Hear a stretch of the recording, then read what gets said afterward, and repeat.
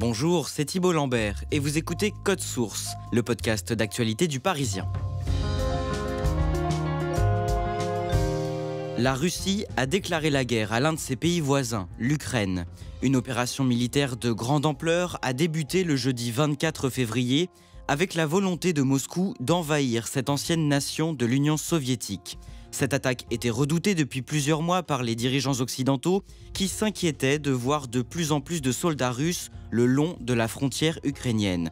Code Source refait aujourd'hui le film de ce mois de février où la France, l'Europe et les États-Unis notamment ont tout fait pour tenter de dissuader en vain le président russe Vladimir Poutine d'entrer en guerre. Avec nous Henri Vernet, journaliste au service politique du Parisien, et à distance, Christelle Brigodeau, notre envoyée spéciale en Ukraine.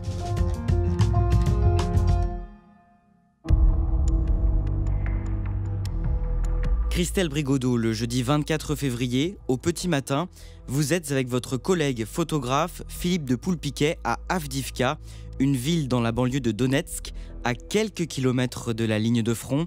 Vers 7 heures, vous commencez à entendre des bombardements. Oui, on entend des gros bombardements, des échos de bombardements en fait, qui sont à quelques kilomètres. On se précipite sur nos téléphones, on voit que la nouvelle qui était un peu en suspens depuis plusieurs jours vient de tomber. La Russie vient de déclarer la guerre à l'Ukraine, en tout cas la Russie attaque l'Ukraine. Les bombardements, pour autant, vont pas tout de suite provoquer une panique parce qu'en fait, on est dans un endroit où la guerre est là depuis déjà un moment. Et en fait, ces derniers jours, on entendait déjà assez régulièrement des bombardements. Mais ce matin, à 7 heures, ils sont quand même particulièrement forts. Et étant donné les nouvelles qui circulent en boucle sur les réseaux au même moment, c'est quand même très inquiétant. Tout de suite, on sort. On était en train de se préparer pour partir faire un reportage. On se prépare encore plus vite et on y va. Ce qui me frappe, c'est que dans la rue, au tout début de la matinée, on a l'impression qu'il ne s'est rien passé. Les gens sont dans la rue, les gens vont faire des courses, les magasins sont ouverts. Il n'y a pas un monde fou, mais en même temps, on est dans une petite ville, il est tôt le matin. Et en fait, on va s'apercevoir au fur et à mesure de la journée que la ville se vide progressivement. Les gens, en fait, quand on les voit tôt le matin, ils sont en train de commencer à s'organiser, soit pour rester, soit pour partir. Mais en tout cas, tout le monde est un peu à sa tâche à réagir à la nouvelle.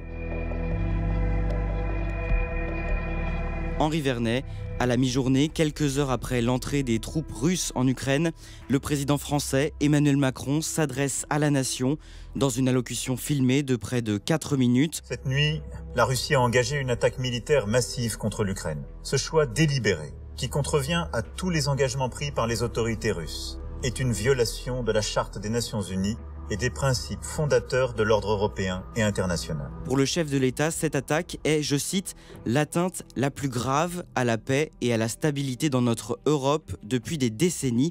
C'est vraiment le cas ? Oui, c'est le cas. C'est la guerre au cœur de l'Europe. C'est un pays souverain qui envahit un autre pays souverain. C'est en effet du jamais vu depuis 1945. C'est pire que la guerre en ex-Yougoslavie qui avait eu lieu en 1991, où il s'agissait de l'implosion d'un pays suite à l'écroulement de l'Union soviétique et de ses pays satellites. Le chef de l'État dit aussi que ces événements auront des conséquences durables et profondes sur nos vies. Les événements de cette nuit sont un tournant dans l'histoire de l'Europe et de notre pays. Qu'est-ce qu'il veut dire par là ? Il est grave à ce moment-là. On voit d'ailleurs qu'il a les traits tirés. Il n'a quasiment pas dormi de la nuit. Et il veut dire tout simplement qu'on a changé de monde. On est passé à une autre ère. Clairement, tous les citoyens européens désormais peuvent vivre avec une certaine peur puisqu'un dictateur peut décider seul comme ça d'engager la guerre, de renverser toutes les frontières, toutes les règles. Il faut bien comprendre, et c'est à ça en réalité qu'Emmanuel Macron fait allusion, que l'Europe, depuis sa création, c'est la paix. C'est un projet de paix. C'était justement cette garantie de vivre dans cet ensemble apaisé. C'était là-dessus qu'est fondé le contrat européen. Poutine, ce 24 février, a fait voler tout cela en éclats.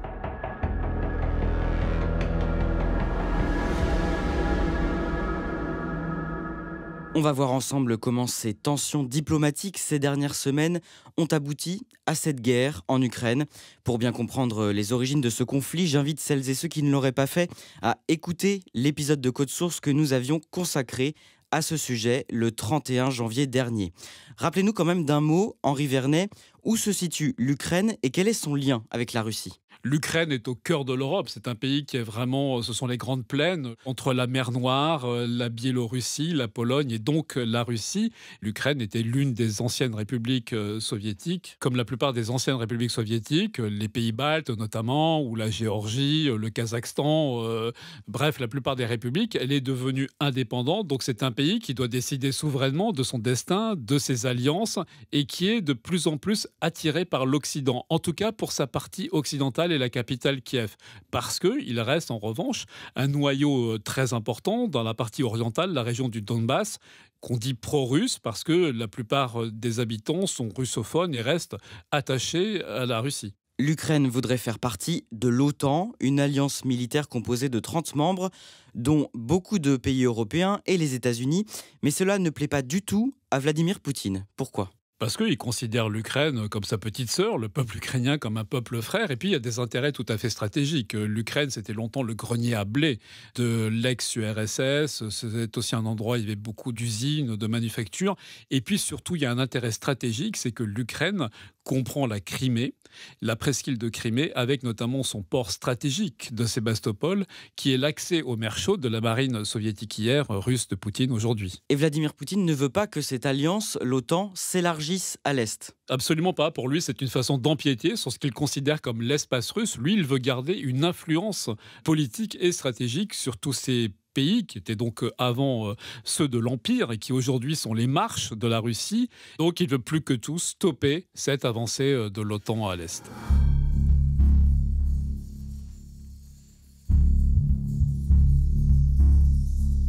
À partir du mois de novembre 2021, des dizaines de milliers de soldats russes s'amassent le long de la frontière ukrainienne. Mais jusqu'à la fin du mois de janvier, les Ukrainiens et les Occidentaux ne savent pas très bien dans quel but ces troupes sont déployées. À l'époque, c'est bien le mystère. Il y a deux hypothèses. Soit Poutine bluffe et il accumule ainsi à la fois les troupes et les manœuvres pour peser dans une négociation qui l'attend avec l'OTAN et notamment avec les États-Unis et arriver avec les cartes les plus fortes possibles dans son jeu. Ou bien est-ce que c'est parce qu'il prépare purement et simplement une attaque contre l'Ukraine ? Dès ce moment-là, c'est ce que pensent certains services, notamment les renseignements américains, qui font valoir que si on accumule autant de soldats, autant de troupes et autant d'armements, c'est bien pour s'en servir. Christelle Brigodeau, la première semaine de février, vous vous rendez une première fois en Ukraine pour Le Parisien. Les tensions diplomatiques sont très fortes à ce moment-là. Est-ce que vous sentez la population inquiète ?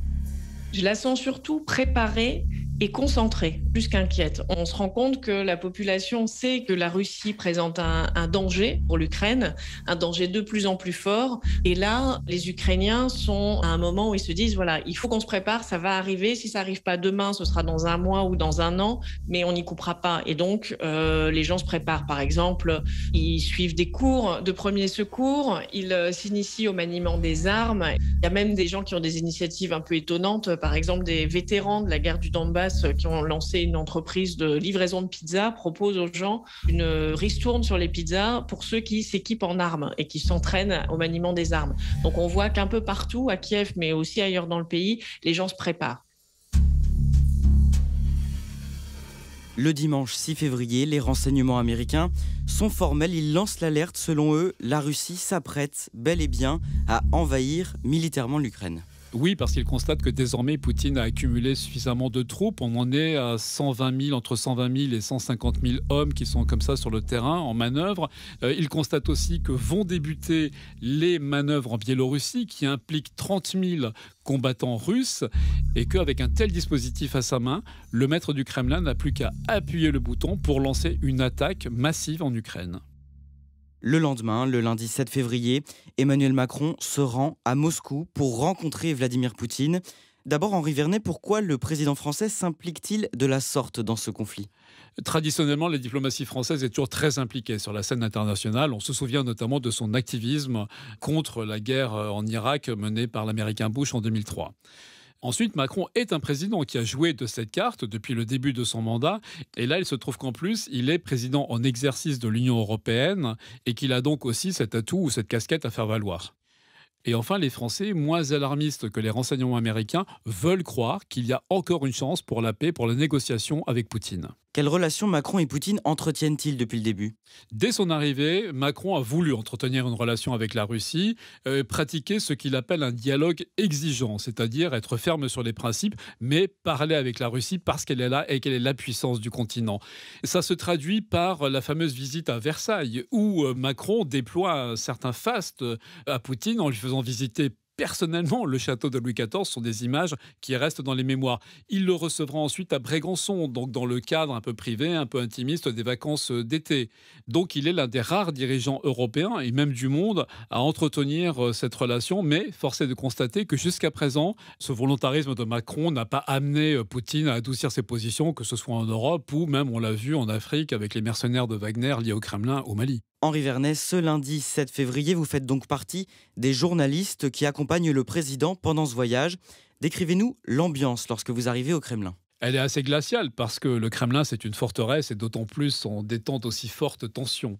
Les journalistes sont dans une salle de ce vaste palais avec d'ailleurs la plupart des gens de la délégation parce qu'en fait, la rencontre est vraiment strictement réservée aux deux chefs d'État. Et puis, il y a aussi tout un tas de contrôles tout simplement liés au Covid qui sont obsessionnels chez Poutine et donc il faut passer force test PCR avant de pénétrer dans cette enceinte présidentielle. Comment se déroule le début de la rencontre entre Emmanuel Macron et Vladimir Poutine? Le ton entre les deux est courtois, ils se tutoient, il y a un côté presque vieux camarade qui se retrouve et en même temps on sent bien toute la lourdeur du moment et puis surtout il y a cette fameuse table longue de plus de 4 mètres et qui va les séparer, chacun à un bout, dans cette immense pièce au plafond, la salle des représentations où les deux hommes sont vraiment seuls l'un face à l'autre, il y a juste une interprète qui est là en cas de secours parce que les deux autres interprètes sont dans des cabines et il n'y a, ce qui est rarissime dans de tels sommets, aucun conseiller de part et d'autre.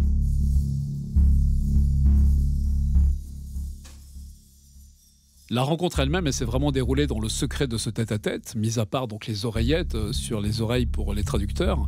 Puis ils se retrouvent chacun à son pupitre dans la conférence de presse. Et là, on a d'abord un Vladimir Poutine qui part sur un interminable monologue, sur un interminable récit. Et puis le président russe, avec son cynisme habituel, ira même jusqu'à dire que Macron l'a torturé, ce qui évidemment dans la bouche d'un tel dictateur est assez glaçant, torturé pour obtenir des avancées, des compromis auxquels, dit-il, il serait prêt. Donc il y a un très mince, très léger espoir qui se dessine. Le lendemain, Emmanuel Macron part pour Kiev, où il doit rencontrer le président ukrainien, et il accepte dans l'avion de confier aux journalistes ses premières impressions. Que dit-il? Il commence déjà par dire qu'il n'attendait pas de miracle, parce qu'il a bien senti, Emmanuel Macron, que la barre avait été mise très haut dans ce voyage et que certains s'imaginaient déjà qu'éventuellement on reviendrait avec la paix sauvée. Non, Macron a compris, nous le dit, que Poutine est très déterminé, qu'il campe fermement sur ses positions. Il trouve même qu'il a changé, Poutine. Ça fait 2 ans qu'il ne l'a pas vu. Là, il a rencontré un Poutine qui est parti dans une sorte de dérive idéologique, sécuritaire, et surtout il ressent un grand isolement chez ce président qui n'a jamais été dans la collégialité, mais qui là est plus isolé que jamais. On dit d'ailleurs qu'il n'écoute quasiment aucun conseiller, même ses ministres les plus proches, comme notamment Lavrov, ministre des Affaires étrangères depuis très longtemps, mais qui n'a en réalité pas de vrai rôle de conseiller. Il fait donc le constat qu'il reste peut-être une marge à la négociation, mais que ce sera très très dur. Le 15 février, Moscou affirme qu'une partie de ses troupes mobilisées à la frontière ukrainienne se retire. Même si certains pays, l'Ukraine et les États-Unis en premier, n'y croient pas, on assiste quand même à une accalmie à ce moment-là? C'est en tout cas l'espoir auquel veulent s'accrocher bien des chancelleries. Après tout, ça faisait partie des engagements pris par Poutine auprès de Macron lors de leur tête-à-tête. Mais il y a d'un côté les déclarations de retrait, de l'autre côté, il y a la réalité observée sur le terrain par les satellites, par les renseignements américains, mais aussi français, et qui ne montrent pas vraiment la même chose, qui constatent que non, les troupes restent bel et bien massées autour du pays. 1500 violations du cessez-le-feu en 24 heures dans le Donbass observées. À partir du 17 février, de nombreuses violations de cessez-le-feu sont signalées dans l'est de l'Ukraine, dans la région du Donbass, une région en guerre depuis 2014 malgré des accords de paix, où s'affrontent les séparatistes pro-russes d'un côté et les forces ukrainiennes aidées par les Occidentaux de l'autre. Christelle Brigodeau, c'est à cette période que vous retournez En Ukraine, pour Le Parisien, vous vous rendez notamment dans le Donbass pour rencontrer les habitants. Là-bas, malgré le cessez-le-feu, la guerre est une réalité. Oui, il faut comprendre que cette guerre qui est un peu oubliée en Europe est quelque chose de fondamental dans la réalité de ce que vivent les Ukrainiens. C'est quand même un conflit qui a fait plus de 14 000 morts. Dans toutes les familles, il y a des anciens combattants du Donbass et il y a des victimes aussi. On a rencontré à Kiev, par exemple, des vétérans qui sont marqués à vie, qui s'en remettront jamais. On a rencontré Daria, la veuve d'un soldat qui est mort sur le front, la guerre du Donbass est devenue quasiment une raison de vivre. Cette guerre, en fait, elle est là depuis 8 ans. Et d'ailleurs, c'est ce que nous disent les habitants quand on leur demande « Est-ce que vous avez peur de la guerre ?» en pensant à l'invasion de la Russie. Ils répondent à chaque fois « Mais la guerre, on l'a depuis 8 ans, elle est là, on vit avec. » Au cours du week-end, vous vous rendez aussi dans un stand de tir en plein air dans la banlieue de la capitale, Kiev. On roule un petit peu pour sortir de la ville et là, dans la banlieue, il y a des bois. Et dans ces bois, un énorme stand de tir en plein air. Il y a des voitures partout, il y a beaucoup de monde qui s'entraîne. Là, on rencontre plusieurs personnes, notamment un juriste qui s'appelle Taras et qui nous raconte que c'est la première fois qu'il vient dans ce centre. C'est pas du tout quelqu'un qui aime le maniement des armes, c'est pas un fan de guerre, mais il se dit que là, la guerre est imminente, qu'il faut qu'il se prépare. Donc, il avait un fusil qu'il avait acheté en 2014. C'est la première fois qu'il s'en sert.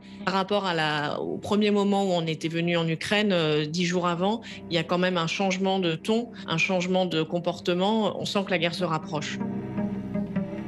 Pour autant, est-ce que tout le monde redoute une invasion de l'Ukraine à ce moment-là?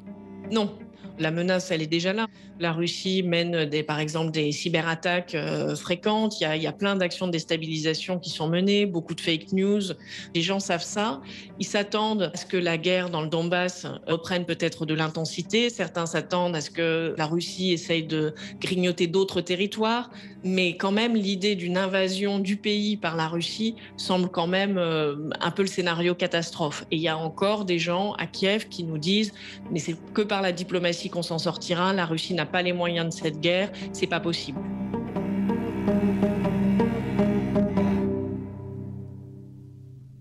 Henri Vernet, le dimanche 20 février, Emmanuel Macron parle 2 fois au téléphone avec Vladimir Poutine.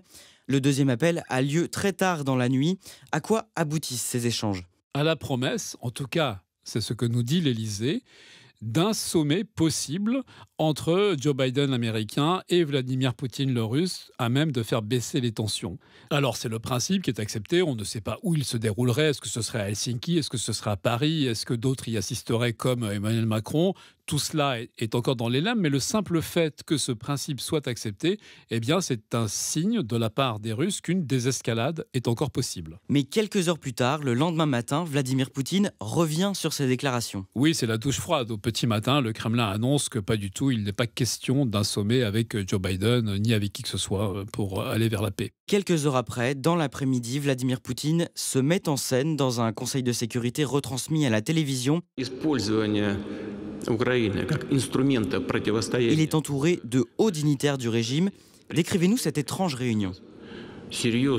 Oui, étrange, c'est vraiment le mot, parce que les dignitaires, c'est-à-dire les ministres concernés, les différents chefs des services de renseignement, la présidente de la Fédération de Russie, les représentants de la Douma, le Parlement russe, sont là sur leur chaise, sagement, un petit peu comme des élèves, et chacun est invité à s'exprimer au pupitre, en vérité, pour expliquer pourquoi il est important, nécessaire et même indispensable d'aboutir à la reconnaissance de l'indépendance des républiques pro-russes séparatistes d'Ukraine. Et il y a même une scène étonnante avec le chef des renseignements extérieurs. On voit celui qui est censé être l'un des hommes les plus puissants du régime, qui est interrogé par Poutine, qui à plusieurs reprises lui demande de préciser sa position, qui le fait de telle sorte que on voit bien que le chef des renseignements, il est terrorisé. Il en bafouille, il bredouille, et c'est un spectacle assez consternant, mais qui est extrêmement révélateur de la position aujourd'hui de Poutine, c'est-à-dire que c'est un chef isolés qui décident seuls. Des hommes a priori aussi importants que le ministre des Affaires étrangères ou le ministre de la Défense n'ont en réalité même pas l'oreille de Poutine. Après ce Conseil de sécurité, Vladimir Poutine prend la parole dans une allocution télévisée. Qu'est-ce qu'il annonce ? Il brise le tabou des tabous. Il annonce que Moscou reconnaît officiellement l'indépendance des deux républiques séparatistes de Donetsk et de Lugansk, c'est-à-dire qu'il porte tout simplement atteinte à l'intégrité territoriale de l'Ukraine. Voilà donc un pays qui décide qu'une partie d'un autre pays est indépendante. C'est tout simplement sidérant et en violation totale du droit international. Comment réagissent les pays occidentaux à ce moment-là ? C'est la consternation, la stupeur et évidemment la condamnation générale. Ce qu'il vient d'acter, c'est une véritable déclaration de guerre. Henri Vernet, on en revient au début de cet épisode, la date du jeudi 24 février. Il est presque 6 h du matin à Moscou, 4 h à Paris, quand Vladimir Poutine s'adresse aux Russes à la télévision. Il annonce le début d'une opération militaire d'ampleur en Ukraine. Comment Poutine justifie cette entrée en guerre ? Il utilise toujours cette rhétorique avec des mots aussi abominables que génocide ou dénazification pour justifier son emprise sur le pays. Il dit génocide parce que, selon lui, ce sont les massacres et l'épuration auxquels se livreraient les forces ukrainiennes dans le Donbass, donc au détriment des pro-russes. Il n'y a absolument pas la moindre vérification de telles allégations depuis 2014. Quant à la dénazification, dont il parle aussi, là encore, sans aucun fondement politique réel en Ukraine, c'est un prétexte qu'il utilise pour montrer que ce qu'il vise, c'est tout simplement un renversement du pouvoir à Kiev, c'est-à-dire abattre, y compris peut-être physiquement, l'actuel président Volodymyr Zelensky pour mettre à la place une marionnette à la main de Moscou, comme c'est le cas avec Loubachenko en Biélorussie ou dans d'autres républiques ex-soviétiques. Christelle Brigodeau, quelques heures plus tard, à la mi-journée, vous quittez donc Avdiivka dans la banlieue de Donetsk. Qu'est-ce que vous voyez sur place ? Est-ce qu'il y a beaucoup de gens sur les routes ? Alors, il y a surtout beaucoup de gens aux stations-service. Le gros enjeu pour les gens, c'est de faire le plein d'essence. Tout ce que veulent ceux qui partent, c'est aller le plus loin possible vers l'ouest, le plus loin possible de la ligne de front. Donc, il y a des stations-service qui sont prises d'assaut par les voitures, qui peuvent partir. Il y a aussi des gens qui n'ont pas les moyens de partir. Soit ils n'ont pas de famille à l'ouest, soit ils n'ont pas les moyens de payer un appartement, une location en plus de leur logement. Donc, il y a aussi des gens qui font des provisions, qui font la queue devant les distributeurs automatiques d'argent pour se préparer à un siège qui peut durer un moment. Il y a plusieurs comportements possibles, mais en tout cas, la question de l'approvisionnement en carburant, en produits de première nécessité, en huile, en gaz est assez cruciale pour cette journée. C'est une journée de grands préparatifs. Plus globalement, que vous disent les Ukrainiens que vous croisez à ce moment-là ? Est-ce qu'ils ont peur ? Oui, ils ont peur. Juste la veille des premiers bombardements, donc mercredi soir, on était dans un bar où se retrouvent les jeunes d'Avdiivka et ces jeunes nous expliquaient que peut-être la guerre allait arriver mais qu'ils s'en foutaient et puis que c'était pas la peine d'avoir peur. Et le lendemain, j'ai rappelé l'une des jeunes filles qu'on a vues ce soir-là et elle était en train de faire ses valises et elle avait très peur et ils allaient partir dans l'heure. Cette opération militaire est condamnée par de très nombreux pays dans le monde entier, à l'exception notable de la Chine qui ne la dénonce pas fermement. Les États-Unis ou encore l'Union européenne promettent de durcir les sanctions contre la Russie, principalement économiques, qu'ils avaient déjà prises en début de semaine. Henri Vernet, est-ce que ces sanctions peuvent suffire à arrêter le Kremlin ? Là, on va certes monter d'un cran avec des sanctions qui risqueraient d'assécher à terme l'industrie russe, des sanctions également contre ses exportations gazières, avec notamment l'annonce par l'Allemagne du gel du fameux gazoduc Nord Stream 2, qui est une source quand même de recettes extrêmement importante pour Poutine. Mais tout cela, pour l'instant, n'a jamais montré son efficacité. Non, il y en a une qui apparemment pourrait être vraiment dommageable pour la Russie, c'est le fameux système international de paiement électronique, le fameux système SWIFT, dont la Russie pourrait être exclue. Et pour l'instant, en tout cas, cette décision n'a pas encore été prise parce que, comme toutes les sanctions, elle est à double tranchant. C'est-à-dire que ceux qui punissent peuvent être aussi touchés par des contre-sanctions ou par tout simplement les répercussions de ces sanctions. Est-ce qu'il était possible, dans le fond, d'arrêter Vladimir Poutine? C'est toujours facile de refaire l'histoire, mais sans doute que oui, on aurait pu l'arrêter. En réalité, depuis 20 ans, les Occidentaux, Européens et Américains ont laissé faire Poutine quand il a envahi la Géorgie, quand il a mis la main sur la Crimée, quand il a attaqué le Donbass. Et les Européens, parce que trop habitués à la paix, on a oublié que la guerre était possible. Et c'est d'ailleurs le projet d'un Macron, depuis son arrivée à l'Élysée, et singulièrement pendant cette présidence française de l'Union européenne, d'instaurer une souveraineté stratégique européenne, une défense européenne, en quelque sorte que l'Europe se réarme, qu'elle ne laisse plus agir des Poutines. Henri Vernet, est-ce qu'il est possible que la France entre en guerre contre la Russie? Non. Clairement, elle n'enverra pas de troupes en Ukraine, où elle pourrait donc se confronter à la Russie. Ça, il n'en est pas question. Maintenant, de manière très indirecte, oui, elle sera impliquée dans cette guerre parce que la décision a été prise de livrer, de fournir des armes et une certaine assistance à la résistance ukrainienne qui va forcément s'organiser dans les jours, dans les semaines à venir. Et puis malheureusement, on ne peut pas exclure que ce conflit déborde, et notamment qu'il déborde aux pays voisins de l'Ukraine, dont beaucoup sont des membres à la fois de l'Union européenne et de l'OTAN. La France a d'ailleurs des soldats dans des pays comme l'Estonie, elle en aura bientôt en Roumanie, le flanc Est. Eh bien, si c'est le cas, si cette étincelle se produit, là, la France sera impliquée militairement parce qu'on est membre de l'OTAN et que un des principes fondamentaux de cette alliance, c'est que si l'un de ses membres est attaqué, tous les autres viennent à son secours.